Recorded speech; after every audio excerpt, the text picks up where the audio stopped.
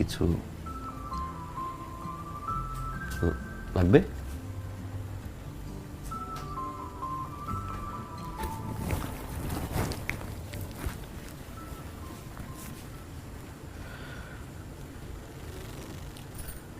আসলে ওই হুট করে বিয়েটা হয়েছে তো, মানে আসছিলাম আসলে ছুটিতে, ওই বড় দুলাভাই, ছোট দুলাভাই, বড় আপা, ছোট আপা, মা সবাই মিলে ধরলো, তাই না বলতে বাইরে বিয়েতে রাজি হয়ে গেছি।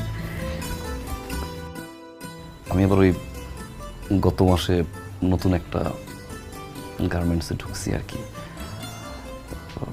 এর আগে 2 মাস বসা ছিলাম, তার আগে যে কোম্পানিতে ছিলাম সেখান থেকে বের করে দিছে আর কি।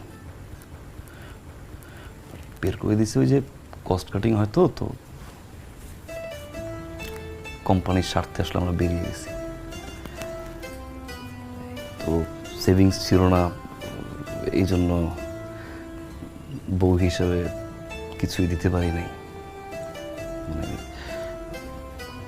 হাতে গলার কিছুই ওইভাবে দিতে পারি নাই, কিন্তু আস্তে আস্তে ইনশাল্লাহ আমি দিব।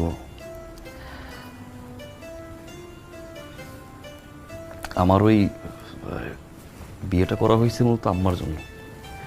আম্মা একটু অসুস্থ তো, কোমরের হাড় ক্ষয় হয়ে গেছে আর কি, ভারী কাজ করতে পারে না, রান্না বান্না করতে একটু কষ্ট হয়, ঝুঁকতে পারে না, তো এই জন্য বিয়েটা করা।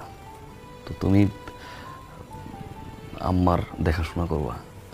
আমি চাই আম্মা খাওয়া দাওয়া করবে আর নামাজ পড়বে, তুমি একটু আম্মার দেখাশোনা করলেই আসলে আমি